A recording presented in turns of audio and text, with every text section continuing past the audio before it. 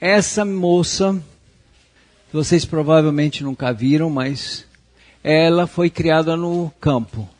Quando ela tinha 7 anos de idade, ela subia em cima de uma caixa igual essa verde aqui, não sei se os irmãos estão vendo, para poder servir os clientes na feira, porque a gente produzia e vendia na feira. E ela servia os clientes com 7 anos de idade. Com 8, 9 anos de idade, ela e a irmã me ajudavam a fazer ração. A gente fazia na faixa de 4.000 quilos de ração por semana. E a irmã mais velha distribuía essa ração com a mãe 2 vezes por dia. Requeria, assim, vamos dizer, 500, 600 quilos numa tobata, que elas, claro, não tinham condições de erguer, mas usavam um jeito e arrastavam para cima, que eu havia feito uma plataforma que dava no nível da tobata. Então, com 9 anos de idade, 10 anos de idade, elas puxavam sacos de 40 quilos. E alimentavam, no pico da nossa produção, uns 10.000 frangos de corte e 2.000 poedeiras. Hoje, essa foto foi tirada hoje. Eu disse para ela que eu precisava auxílio em desmontar o motor do carro do pastor Diego. Ela me perguntou se eu pagaria para fazer as unhas dela. Eu disse, pagaria. E então ela está aqui me ajudando a desmontar. Desmontamos o motor inteirinho de hoje de manhã. Uma coisa que nós precisamos aprender indo para o campo. Não tem ofício, não tem trabalho vergonhoso, não tem trabalho de homem, trabalho de mulher. Todo mundo tem que trabalhar junto. A família vai para o campo unida. E ela só permanece unida quando ela faz tudo unida. Nós acordávamos de madrugada para cuidar dos frangos, todo mundo. E isso criou uma união que eu só me dei conta do valor que tinha depois que eu amadureci. Não tinha me dado conta na época de quão valoroso essa experiência tinha sido. E hoje eu dou graças a Deus que Ele me deu essa oportunidade sem ao menos ter o conhecimento da razão, tá? Se eu precisasse de auxílio de uma das minhas filhas, a gente poderia fazer qualquer coisa que eu teria feito sozinho. Construir, o que for. Mas são meninas que eu não teria receio em comparar com qualquer menino, tá? Porque elas não foram criadas como dondocas. E se eu tivesse filhos, teriam lavado louça, lavado roupa, aprendido a cozinhar. Porque homem ou mulher tem que saber fazer tudo o que é necessário para sobreviver. Nós vamos ver uma citação aqui a respeito de um menino muito interessante. Em sua vida na terra, Cristo era obediente e prestativo no lar. Obediente e prestativo no lar. Quando você escuta essa palavra prestativo no lar, você pensa em quê? Ele ajudava a mãe nos afazeres da casa, né? Varria, sei lá, lavava a louça, o que fosse necessário. Era prestativo, tá? Aprendeu o ofício de carpinteiro. Uma coisa interessante que Deus sempre nos aconselhou. Independente do nosso estudo e formação formal, nós deveríamos ensinar nossos filhos um ofício manual. Porque se você produz, você sobrevive. Isso não interessa em que economia você vive, se você produz algo, você sobrevive. Você pode não ser rico, mas você vai sobreviver. Você não vai faltar, não te faltará o pão. Aprendeu o ofício de carpinteiro e trabalhou com as próprias mãos na pequena oficina de Nazaré. A Bíblia diz de Jesus, e o menino crescia e se fortalecia em espírito, cheio de sabedoria, e a graça de Deus estava sobre ele. Ao trabalhar na infância e na juventude, a mente e o corpo se desenvolviam. Ele não usou suas faculdades físicas descuidosamente, mas exercitou-as para mantê-las sadias, a fim de poder fazer o melhor trabalho em cada setor. E a parte que a gente precisa prestar muita atenção: não desejava ser falho, nem mesmo no manejo das ferramentas. Em outra citação, é mencionado que ele utilizava as ferramentas para facilitar o seu trabalho. Não porque assim ele proporcionaria mais tempo ocioso, mas porque assim ele produziria mais. Então, a utilização inteligente de ferramentas é uma coisa que Deus quer de nós. Ele não quer que nós ficamos lá labutando sem usar a cabeça. Ele quer uma combinação de mente e corpo. A mente ajuda o corpo, facilita o trabalho do corpo. Entenderam? E Jesus foi o nosso modelo nesse quesito também. Foi tão perfeito como operário quanto era de caráter. Então, vamos para o campo. Mas e que ferramentas nós vamos utilizar? Então vamos falar um pouquinho das ferramentas que nós podemos utilizar para facilitar o nosso labor no campo, para que possamos produzir mais e termos mais tempo de fazer a obra de Deus. Porque o objetivo todo nosso nessa terra é trabalhar para Deus. A nossa sobrevivência, ele disse que isso ele cuidaria. O nosso trabalho é fazer a obra dele. Então, todo o tempo a mais que gastamos buscando o alimento de cada dia, é menos tempo que temos para trabalhar para ele. Certo? Alguém pode identificar isso? Quem falou roçadeira? Muito bem, é uma broca. Por que eu vou ficar lá batendo meia hora para fazer um buraco que eu posso fazer com essa broca em 2 minutos? É uma ferramenta útil, prática, e deixa eu contar para vocês, buraco no campo é o que você vai mais fazer, tá? Não tem coisa que você vai fazer mais do que buraco. Diferente da minha experiência na Força Aérea, que o meu sargento fazia o seguinte: para nos ensinar uma lição, vamos ver se vocês descobrem qual era essa. Ele mandava a gente cavar um buraco de 2 metros por 2 metros por 2 metros. E levava a gente assim até 2, 3 horas da tarde. Aí depois que você terminava, ele mandava você pular do buraco, certo? E chamava o teu colega e agora enche o buraco. Qual era a lição que ele estava ensinando? Com certeza você tinha que ter muita persistência e paciência. Ah, ele mandou. Acabou. Eu não tenho que saber por quê. Ele mandou, eu faço. A minha vida dependia da minha obediência. Pula. Eu só perguntava para onde. E isso me salvaria a vida. E assim é com Deus. Mandou, obedece. Depois você pode querer saber por quê. Por que será que Deus me mandou fazer aquilo? Beleza, mas na hora que Ele mandar, você faça. Bem, vamos voltar para o buraco? Essa ferramenta é muito útil, porque você pode mudar o diâmetro dessa broca. Você pode fazer um buraco mais estreito ou um buraco mais largo, dependendo da utilização que você precisa para o buraco. Você vai plantar uma árvore ou você vai pôr um mourão, certo? Então, uma ferramenta muito útil e que economiza muito calo.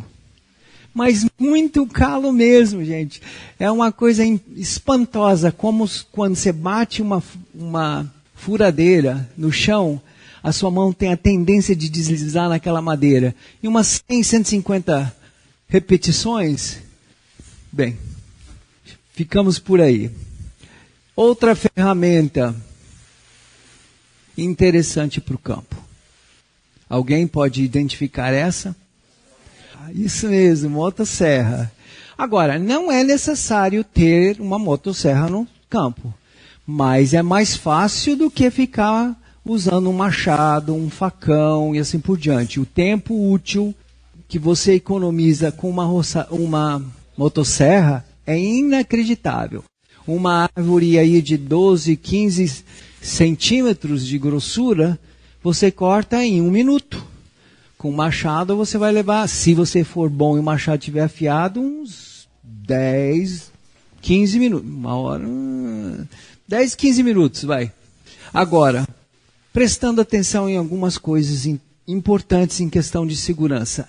Lá na broca, é imperativo que quando você comece a fazer o buraco, você use 2 pessoas. Porque é um motor. E tem força. Quando aquela broca começar a entrar na terra, é óbvio que ela vai tentar rodar a parte que você está segurando. Se você soltar, aquilo vira uma coisa que pode te açoitar. Tá? Então é importante que algumas práticas de segurança sejam obedecidas. Faça com 2 pessoas. Aqui na motosserra, eu testemunhei uma pessoa ser cortada no meio pela motosserra que ele estava usando. Antes que alguém pudesse fazer nada, a metade do corpo caiu para o lado e a outra para o outro. Tá? Então é uma ferramenta extremamente perigosa. Então, necessária, útil, mas tem que ser avaliada o seu perigo e aprender a sua utilização. Tá? E tem equipamento de segurança que você deve utilizar também. Sim, tem esse detalhe também. Se ela não for registrada, se a polícia florestal aparecer e você não tiver o registro, você perde. Ela foi, acabou. Não existe. Quer dizer, é obrigatório o registro da motosserra, tá? Uma coisa que eu não posso deixar de falar. Quando você utilizar uma motosserra, usa um capacete de metal. Nunca use outra coisa a não ser um capacete de metal. Porque se por acaso a lâmina jogar para cima, vai bater num capacete de metal, você vai ter mais chance de sobreviver. Tá? Porque acontece o seguinte, se você pega a madeira na ponta ali, ela tem a tendência de fazer isso. Se você pegou por cima, ela faz isso. Se você pegou por baixo, ela faz assim.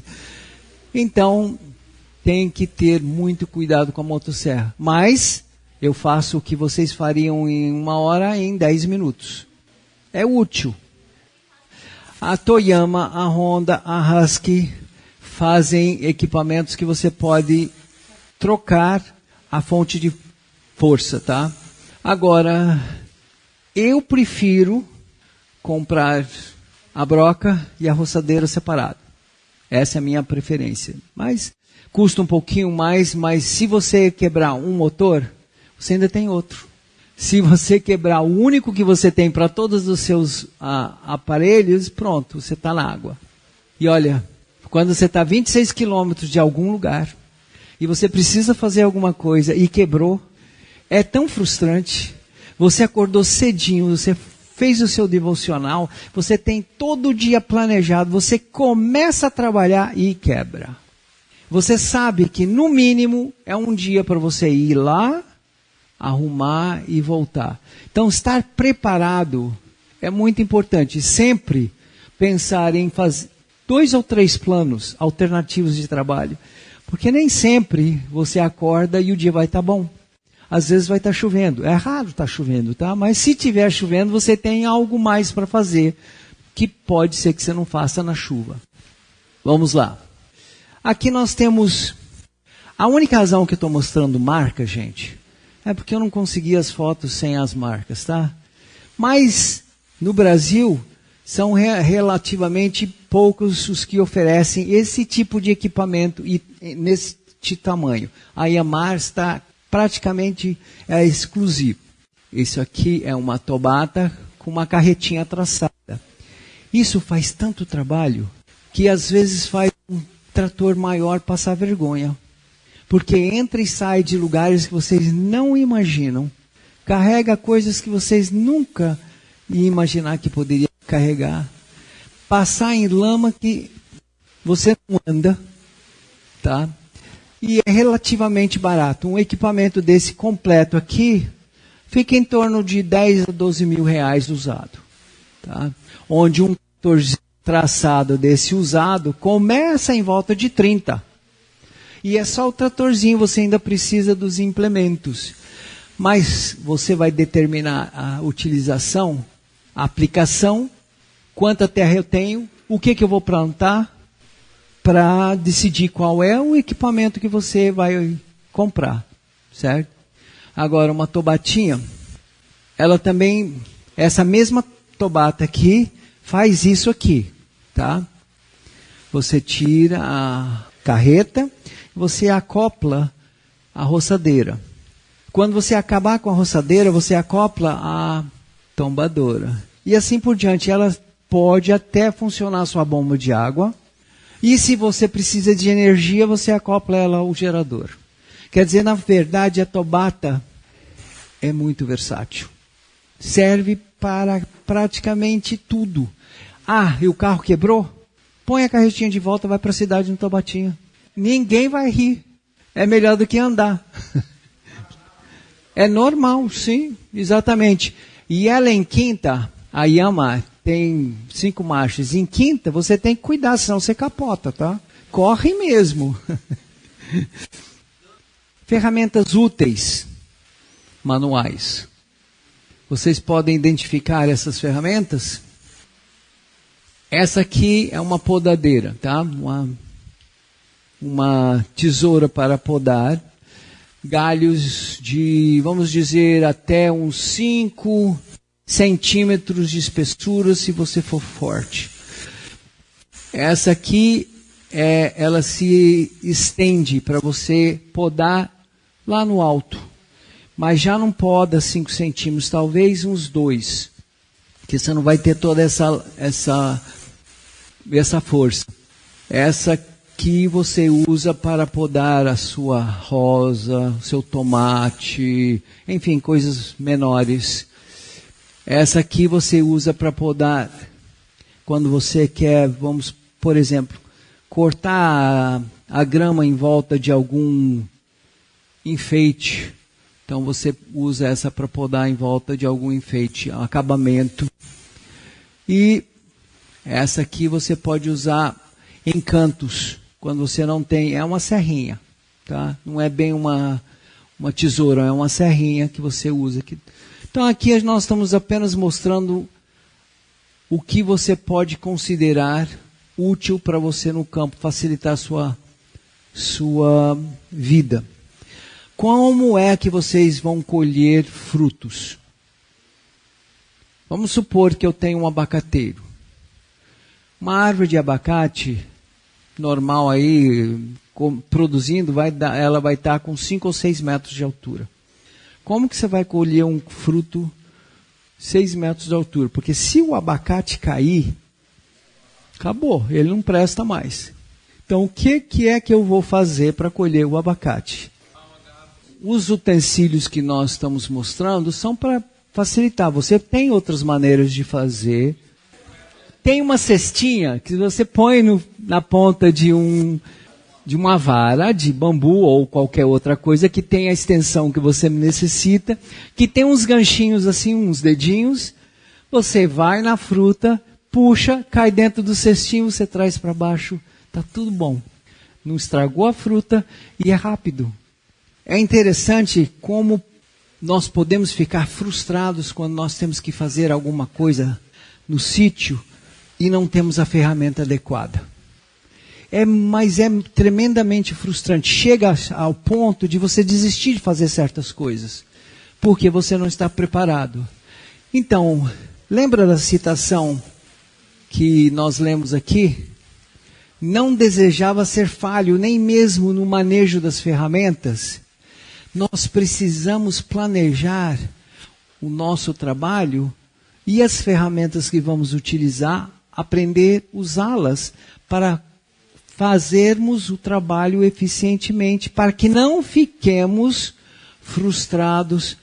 O que acontece quando eu fico frustrado, estressado? Quem é que está mais próximo de mim? O meu anjo da guarda ou... Quais são os pensamentos na minha cabeça quando eu estou nervoso? Entendeu? Então a gente precisa controlar em todos os sentidos os nossos pensamentos. E as nossas atividades provocam muitas reações em nossa mente. Mas se a gente planeja, e tem um fator muito importante, sempre fazendo a vontade de Deus, certo? Se eu estou no campo, plantando, colhendo, tratando do terreno, eu já estou praticamente obedecendo a Deus. Mas o que eu estou plantando e colhendo é algo que Deus quer? O tempo que eu gasto está excedendo o tempo que eu deveria envolver-me com isso? Eu tive tempo no dia a dia de manter a minha comunhão?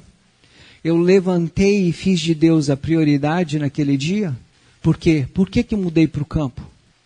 A primeira razão de mudar para o campo é para ter sossego e comunhão com Deus. Se eu tenho tanto a fazer na minha vida do dia a dia, que eu não tenho tempo para Deus, perdeu todo o sentido. Porque eu não vou para o campo para facilitar minha vida na crise, não. Eu fui para o campo para obedecer a Deus. Porque Ele me disse que se eu fizesse isso, eu teria a melhor chance de manter uma relação com Ele. Certo? Então, é importante que eu trabalhe com minhas ferramentas de uma forma inteligente para que o meu dia inteiro não seja ocupado só nisso. E aí eu fico tão cansado no fim do dia que eu estou impaciente com meus filhos e minha esposa.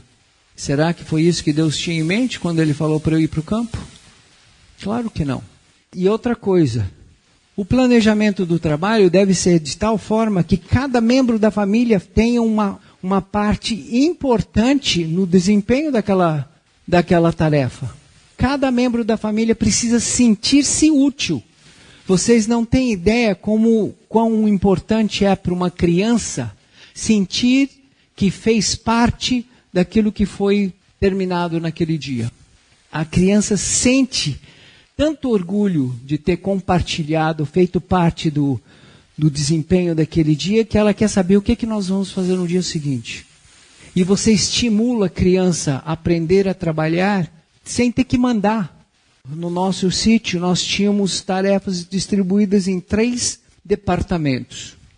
Nós tínhamos o departamento da casa, onde nós morávamos, cada um tinha a sua tarefa em casa. Mãe cozinhava, uma filha limpava banheiro, outra filha limpava a casa, o pai arrumava, fazia alguma coisa importante de conserto. Depois tinha um departamento de escolar. As filhas tinham que fazer dever de casa e estudar para a escola, certo? E o tempo que elas gastavam indo para a escola. E depois todo mundo tinha os seus afazeres no sítio. Tinha na granja, como em roçar, em limpar, em manter a área do sítio. Isso era coisa diária, 6 dias por semana. O único dia que isso não ocorria era no sábado, até certo ponto. Hoje, as minhas filhas trabalham em qualquer lugar, não tem trabalho que elas acham que as envergonharia. Nenhum chefe delas ou supervisor delas reclamou do trabalho delas. Não tem dificuldade em aprender uma tarefa nova. E eu nunca me dei conta de todos esses benefícios que elas estariam aprendendo quando isso ocorreu. Porque nós fomos para o sítio por um único motivo. Naquela época, a única razão de ir para o sítio foi a saúde das minhas filhas. Nós morávamos em Los Angeles e a poluição era de tal nível que a minha filha mais velha passava uma semana quase por mês no hospital com inalação. E a doutora, nossa pediatra, era uma indiana. E ela disse, se não tirar essa menina daqui, não posso te garantir quanto tempo que ela vai sobreviver, não. Então foi uma decisão assim, é para a saúde das filhas. Tanto é que nós saímos de Los Angeles e fomos para um sítio no interior de São Paulo, Registro. Vocês conhecem o Vale do Ribeira? entre São Paulo e Curitiba, na BR-116, é a área do Brasil, a segunda área mais pobre do Brasil. Eu não sabia disso naquela época, comprei o sítio lá dos Estados Unidos sem ver. Estava barato, eu achei que era uma bagatela de negócio, mandei o dinheiro e comprei. Cheguei lá, isso é outra história. Mas a razão que nós fomos para o sítio foi a saúde. A recompensa que nós tivemos de ter vivido no sítio os primeiros 17 anos da vida delas são incalculáveis. E nesse tempo todinho, gente, eu ainda estava fora da igreja. Então a razão não foi religião, a razão não foi mais nada a não ser a saúde. Mas mesmo assim Deus proporcionou as bênçãos relativas a morar no campo. Hoje eu estou contente, eu tenho orgulho das minhas filhas porque elas se adaptam em qualquer emprego. Elas fazem qualquer coisa. Não tem tempo ruim. Porque não tem coisa mais difícil de você fazer do que pegar frango para o abate numa noite fria, chovendo, cheia de lama. Ninguém quer fazer esse trabalho. Mas você tem que fazer quando precisa fazer. Então, limpar banheiro é fichinha em comparação com isso, tá? Você sai completamente rebocado. Então, limpar banheiro é privilégio quando você tem que tratar com frango. Bem, vamos lá. Aqui nós temos outra amostra de ferramentas necessárias. Vocês podem identificá-las? Facões, exatamente. E é importante a gente saber que a razão que existem facões diferentes é porque existem trabalhos diferentes a serem feitos com facões, tá? Então, você não compra um facão para fazer tudo, mas você determina qual é a utilidade principal que você vai dar para aquele facão e compra um facão adequado para aquela atividade. Para você não se matar, para você não fazer mais do que você precisa fazer e ser ineficiente, tá? Roçadeira. Eu não peguei uma foto de roçadeira. Quantos já viram aquelas roçadeiras que você segura na frente com duas mãos? Quantos que vocês já viram? Então, são ferramentas muito eficientes, mas tem umas costais também, que aí você só fica com um bastão na frente, tá? Mas tem outras roçadeiras de carrinho, por exemplo, que as mulheres podem utilizar quando você quer roçar grama em frente da casa, em volta ao redor da casa. São úteis, são rápidas e proporcionam um exercício fantástico. No verão, uma vez por semana, 3, 4 horas de roçada, mas que exercício fantástico. Antes do almoço, então, aí quando você senta para o almoço, você fica cheirando aquele cheirinho de mato cortado, recente. Ai, que delícia que é. Mas, vocês conhecem enxada? Enxadão? Rastelo? A foice? Eu imaginei que vocês já soubessem trabalhar com todas essas, por isso que eu nem ia mostrar. Mas aí, depois que eu estava aqui, é que eu me dei conta, vocês moram na cidade. Falar em machado, uma ferramenta bem perigosa também, viu? A gente pode falar muita coisa da motosserra, mas eu quase arranquei meu pé fora com o machado. Eu estava em cima de uma parede do galpão da minha granja, e tinha uma árvore que tinha invadido por baixo da cuminheira. E eu então subi em cima da parede, peguei um machado e fui cortar o galho. Errei. E o machado estava descendo. Adivinha onde que ele pegou? No meio do meu dedão com o dedinho. Aí foi assim, uma questão de uns 10, 12 pontos só. Então, a motosserra é perigosa? O machado também. Outra experiência que eu tive com o machado. Eu não tenho tendência para desastre não, viu gente? Isso é uma coincidência. Eu tinha uns 8 anos de idade, eu morava no interior de Pernambuco, num colégio adventista chamado ENA. E tinha um rapaz lá fazendo um trabalho, cortando uma árvore, né? E ele estava lá com o machado, cortando a árvore. E eu cheguei perto para ficar observando. E o rapaz disse, sai de perto que é perigoso. Aí eu saía de 2 ou 3 passos, né? E ele continuava a cortar a árvore. Eu ia aproximando, porque eu não conseguia ver direito, e ia me aproximando dele. Sai de perto que é perigoso. Não é que a cabeça do machado voa e pega aqui em cima do meu joelho, assim, abre. Dava para ver a rótula do joelho direitinho. Mas era pura coincidência, gente. Eu não tenho problema com acidentes. Uma coisa a respeito da roçadeira. Ela é uma ferramenta perigosa. No Brasil, as roçadeiras têm uma opção de usar uma lâmina metálica. Fora do Brasil, em país de primeiro mundo, isso não é permitido. Usa-se apenas linha de nylon, tá? E tem um motivo para isso. É que aquela lâmina de metal, se ela escapa da cabeça da roçadeira, ela se torna uma arma letal. Ela vai a centenas de quilômetros por hora encontrar alguma coisa que consegue pará-la. E pode ser qualquer coisa. Essa pergunta. Quando eu estava na granja, eu tinha 2 registradas, bonitinhas. Aí depois que eu tive um encontro com Jesus, eu fiquei pensando, por que eu vou precisar de uma arma de fogo? Ou eu vou confiar no meu Deus, ou eu não vou. Não tem como, Senhor, me ajuda a acertar o alvo. Eu não vejo como que eu posso fazer essa oração. Então, arma de fogo para nós, quando eles estiverem vindo para nos perseguir por causa do sábado, você vai tirar a 12 e dar um tiro neles? Então, para que você vai ter uma arma de fogo? E outra coisa, defesa contra animais, que seria uma coisa que eu usava no sítio, era para defender a granja, tá? E tinha vários animais silvestres e alguns domésticos que atacavam minhas galinhas. Mas tem maneiras de você se defender com mais segurança e seguindo mais a vontade de Deus.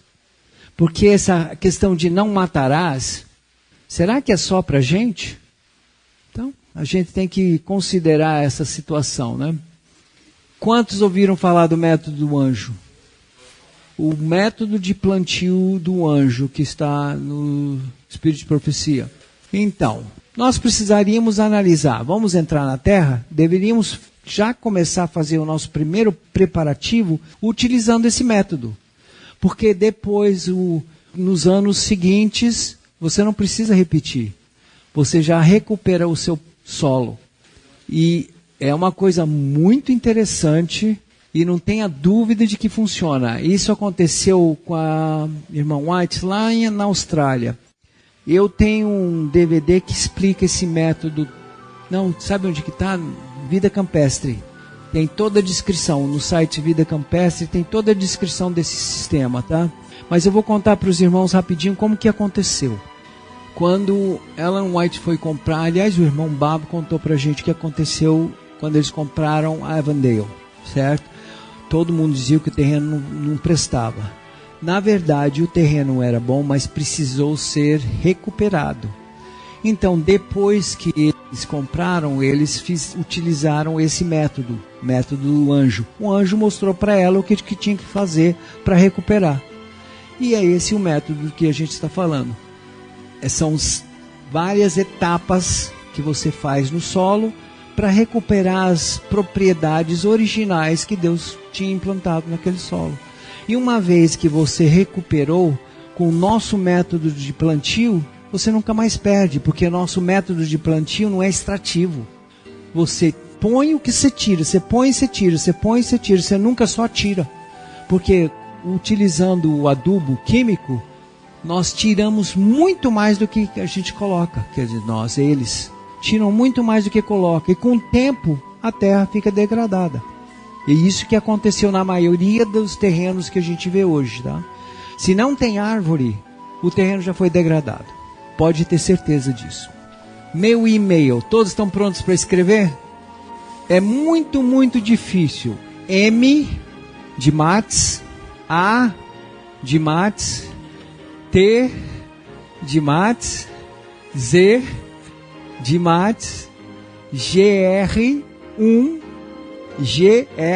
número 1, arroba yahoo.com.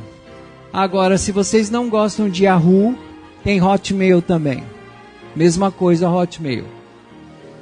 Foi um prazer estar aqui com os irmãos. Foi um privilégio que Deus me deu de participar um pouquinho na obra dele. Se pelo menos nós sairmos daqui convictos de que é a ordem de Deus irmos para o campo, aí só vai faltar molhar o pé. Oremos. Querido Pai que estás nos céus, nós estamos ansiosos por fazer a Tua vontade. Mas muitas vezes as nossas ações não demonstram isso. Mas te rogamos que nos conceda a influência do Espírito Santo para vivermos aquilo que proclamamos. Em nome de Jesus pedimos. Amém.